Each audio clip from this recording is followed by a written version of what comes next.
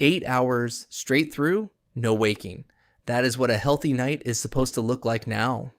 It is the number on the sleep tracker, the figure the doctor repeats, the standard we quietly feel we have failed the moment we surface at 3 in the morning and cannot fall back under. In 1699, a young girl in England gave a statement to a court about something she had heard in the night. She mentioned, almost in passing, that it happened after her first sleep. She did not explain the phrase. Nobody in the room asked her to. That nobody asked is the whole thing.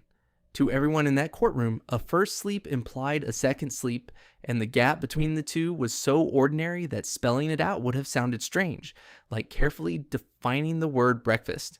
The historian who caught that phrase was Roger E. Kirch, a professor at Virginia Tech, and he was not hunting for it. He was reading old depositions for an entirely different project when the words snagged on his eye. Once he had seen them, he could not stop seeing them. He spent close to 20 years on it, first laying the case out in a journal article in 2001, and then in a book a few years later. I went looking for a single excavated bed or a skeleton that could settle this the way a dug-up object settles an argument, and there is nothing of the kind to find. The whole case is textual, built from what people wrote down without thinking twice, which is either its weakness or its strength, depending on how you look at it. What he eventually assembled is hard to argue with. Across English writing alone, E. Kirch found the same casual reference again and again, dozens of times over 5 centuries, roughly the years 1300 to 1800, sitting in diaries and court records and household manuals with no more fuss than a mention of lunch. In one body of English sources, he counted more than 80 separate uses of the term, scattered across 70-odd different documents, and the trail runs back much further than medieval England. A line in Homer's Odyssey, composed in the 8th century before the Common Era, already speaks of a first asleep, as though every listener would fill in the rest. Chaucer used it. Centuries later, Dickens still reached for it, with no footnote, no explanation, nothing. Here is the shape the sources describe. People went to bed not long after dark, because dark was mostly what there was. They slept for 3 or 4 hours. Then they woke, on their own, into a stretch of quiet that could run an hour or two in the dead middle of the night. English writers sometimes called this stretch the watch. The French had a word for it. Dorvaille, a state hanging somewhere between waking and sleep, and people used the time. They tended the fire and looked in on animals. They prayed, and there were devotional manuals printed with prayers composed specifically for that dark hour. They talked with whoever shared the bed, slipped next door to a neighbor, brewed mended thought. One 16th century French physician, Laurent Joubert, recommended the hour after the first sleep as the best time for couples to conceive a child, on the grounds that they were rested by then and would enjoy themselves more. The first time I read that particular detail, I assumed it was a bad translation. It is not. He meant it, and his readers took it as ordinary practical advice. The waking hour also carried a weight that is easy to miss now. Dreams were still fresh in it, and there was a whole tradition of turning them over on waking, reading them for meaning before the second sleep pulled you back down. Preachers described the small hours as a clean, quiet window for prayer, scrubbed of the day's noise. It was a time to examine your conscience, to settle your mind, to follow one slow thought all the way to its end. Not dead time to be gotten through. Useful time with a character of its own. Sit with what that implies. For a very long stretch of the recorded past, waking in the night was not a symptom of anything. It was closer to an appointment, a soft, expected hinge in the middle of the dark that nobody worried about because everyone had one. The word curfew is a fossil of that world. It comes from the old French couvre-feu, cover the fire, the evening bell that told a town to bank its hearth and put out the light. Once that bell rang, there was nothing much to do but sleep, and so people did, early, and then they woke in the small hours to a house gone cold and black. And that waking was simply the night doing what the night did. Picture a farmhouse late in the 17th century, no light in it but a fire banked low. A woman wakes near midnight. The room is cold and completely dark. She does not panic, and she does not reach for anything to force sleep to return, because there is nothing to reach for and no reason yet to want it back. She lies under heavy wool for a while, half listening to the timbers and the wind. After a time, she rises, feeds the fire a fresh log, murmurs prayers she has said 10,000 times, looks in on a sleeping child, trades a few low words with her husband. None of this is insomnia. None of it is a fault to be corrected. It is just the watch, the ordinary middle of the night, and she expects it the way she expects the cold floor under her feet. For most of human history, as far back as the written record reaches, this is roughly how the night was built. 2 sleeps, a small waking island between them. The strange part is not that people did it. The strange part is how completely it vanished and how fast until we forgot it had ever been the normal thing at all. But the strongest evidence for any of this did not come out of an archive. It came out of a sleep laboratory, and it arrived almost by accident. By the early 1990s, a researcher named Thomas Ware, working at the National Institute of Mental Health in the United States, was chewing on a quiet puzzle. Modern people sleep in one consolidated block. Almost no other large animal does. Ware's idea was to strip away the single thing modern people have that those animals lack, which is the long artificial evening. Electric light stretches our waking day far past sunset.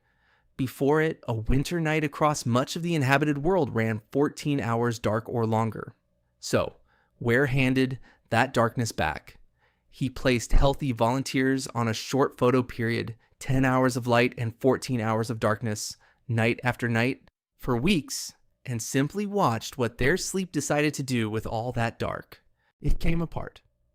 After a few weeks in the long nights, the single block split into 2 roughly equal stretches of sleep, with a wakeful gap of 1 to 3 hours wedged in between. Nobody had told the volunteers to do this. Their bodies drifted into it unprompted.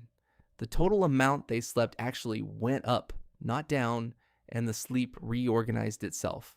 The first stretch running deeper, the second lighter and thicker with dreams.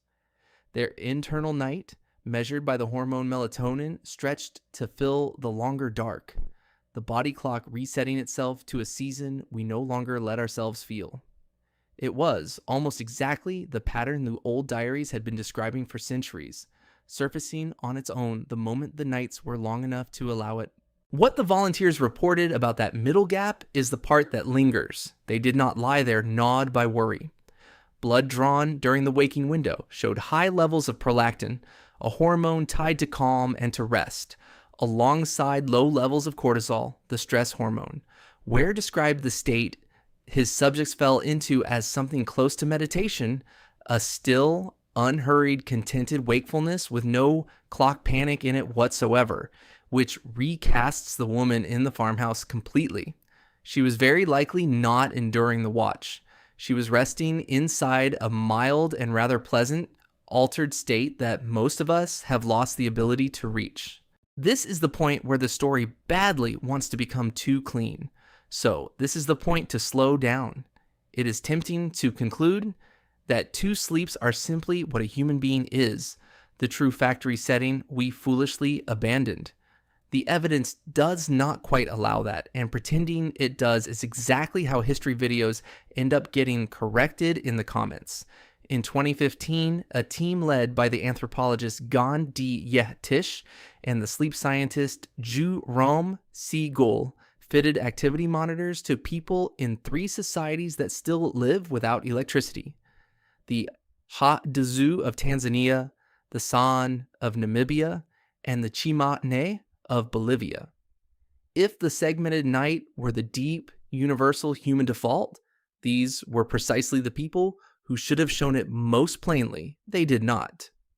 On average, they slept a little under 6.5 hours in a single consolidated block, and tellingly, none of their 3 languages even carried a word for insomnia. No first sleep, no second sleep, night, and then morning. So which picture is the true one? Both are, and they pull hard against each other, and honestly, the disagreement is more interesting than a clean answer would have been. Look at where those groups live. The Ha-Zu, the San, and the Chi-Ma-Ne all sit near the equator, where the night runs close to 12 hours the whole year round and never stretches into the deep 14-hour winter dark that Ware had to build by hand inside a lab. It may be that the second sleep is not humanity's hardwired setting at all, but a rhythm that switches on under long nights and switches off under short ones, which would neatly explain why the European written record, buried under high latitude winters, is so thick with references to it, while equatorial foragers show nothing of the kind. If that reading is right, the second sleep should be strongest wherever the winters are darkest, up in the far north, and faintest near the equator, which is roughly the split the two sets of studies actually landed on. One reviewer of A. E. Kirch's work put the caution well. The evidence is suggestive, not airtight. I find that middle reading the most convincing of the three. Not a stolen birthright, not a myth, but a pattern the body can fall into when the dark is long enough, and mostly does not bother with when it isn't. There is one more twist in the counter evidence, and it points somewhere stranger than either camp. When another team, led by David Sampson, watched the same Ha-Zu more closely, they found that the group almost never slept all at once. Over 20 days of monitoring, there were only 18 total minutes when every single person in the camp was asleep at the same time. Someone was always up. Someone was always stirring or dozing lightly or fully awake and watching. And this was not random. The young people ran late, night owls by nature, while the oldest tended to wake before dawn, so that between the owls and the larks, the camp was covered around the clock. The researchers called it the Sentinel hypothesis, an old idea that a sleeping group survives better when its members never all go under together because someone is always there to smell smoke or hear the grass move. Waking in the dark, in that light, is not a bug in human sleep. It may be a feature we were selected for, the reason a household full of different ages sleeps in loosely staggered shifts without ever planning to. Picture that camp instead of the farmhouse. Middle of the night in the dry Tanzanian bush, a few fires burn down to embers, most people asleep on hides and close together for warmth, but not all of them. A teenager sits up, murmuring to a friend, in no hurry to lie back down. Off at the edge of the firelight, an old woman is already awake, feeding a stick to the coals, listening past the camp to the grass beyond it. Nobody handed out these shifts. The young run late and the old wake early, and the gap between them keeps the camp covered from dusk to dawn. Their waking is not a lapse in the night. It is part of how the night is survived. That still leaves the real mystery. If the second sleep filled 5 centuries of English writing and reached all the way back to Homer, where did it actually go? And why did it disappear so nearly overnight? This part can almost be dated. It went out as the lights came on. Public street lighting began spreading through European cities from the 1660s onward, and the historian Craig Kozlowski has traced how, across the century and a half that followed, the night filled up with legitimate activity that had never lived there before. He calls the process nocturnalization, the steady expansion of what people were permitted and able to do after dark. Coffee houses, theaters, late suppers, business by lamplight. Then the light got cheaper and brighter in waves. Oil lamps gave way to gas along city streets in the early 1800s, and gas in turn gave way to the electric bulb by the end of that century, each step pushing the darkness back another hour. The evening stopped ending at sunset. Bedtimes crept later and later, the useful dark grew shorter, and the natural gap in the middle of the night had less and less room left to open. Then, industrial work finished what artificial light had started. A factory has no interest in what your body would prefer at 2 a.m. It wants you rested in one efficient block and standing at the gate at 6, and it enforces that with the clock and the wage. Sleep was compressed to fit the shift, And within only a couple of generations, the second sleep did not merely fall out of practice, it fell out of memory. By the 20th century, the phrase had gone so quiet that scholars translating older texts sometimes no longer recognized a first sleep for what it was, and smoothed it over into something vaguer. The line in the Odyssey that had been rendered correctly for centuries got quietly mistranslated, the evidence erased by the very people copying it forward. That erasure is why an utterly ordinary event now frightens people. When we wake at 3 in the morning and lie there for an hour, we no longer reach for the watch. We reach for a heavier word, insomnia. We read the waking as a malfunction, a defect, a symptom to be treated. We start counting the hours we are losing, and the counting jolts us further awake, and the low hum of adrenaline convinces us that something in us is broken. A very large industry rests on precisely that conviction. Sleeping pills are prescribed by the tens of millions, sold against a single fixed standard, the unbroken 8-hour night, that is itself only a couple of centuries old and may never have described how most people actually slept. Even the number is younger than it feels. The tidy figure of 8 hours rest got stamped onto daily life in the early industrial era, when the mill reformer Robert Owen built his 1817 rallying cry around it. 8 hours labor, 8 hours recreation, 8 hours rest. 3 clean, equal blocks, pressed onto a day that used to bend around the seasons and the available light. 8 hours became the shape of a factory day, and sleep quietly inherited the number. We now strap trackers to our wrists that grade the night and hand us a poor score in the morning, and the worry over the score does more damage than the waking it measured ever could. Here's the quietly radical part. Some sleep clinicians have begun using this history as a treatment in its own right. They tell certain patients, the ones who wake like clockwork in the small hours and spiral into panic, a very simple thing. The waking may be normal. People did it for centuries and thought nothing of it. The distress is doing more harm than the wakefulness. And for a real share of those patients, being told that comes close to a cure. Once the middle of the night waking stops being read as failure, the fear drains out of it. And once the fear is gone, the waking tends to shorten on its own. The problem, most of the time, was never the open eyes in the dark. It was the story we had been taught to tell ourselves about them. There is a cruel little loop hidden in that story. The harder you push to force sleep back, the more effort you pour into it, the further off it drifts, because effort is itself a waking state, and sleep only ever returns once the trying stops. None of this means you should tear up your schedule and try to reinstate a medieval night. Most of us cannot, and the honest science says the second sleep may belong only to the long dark of winter anyway. But the history does hand you one small, usable thing.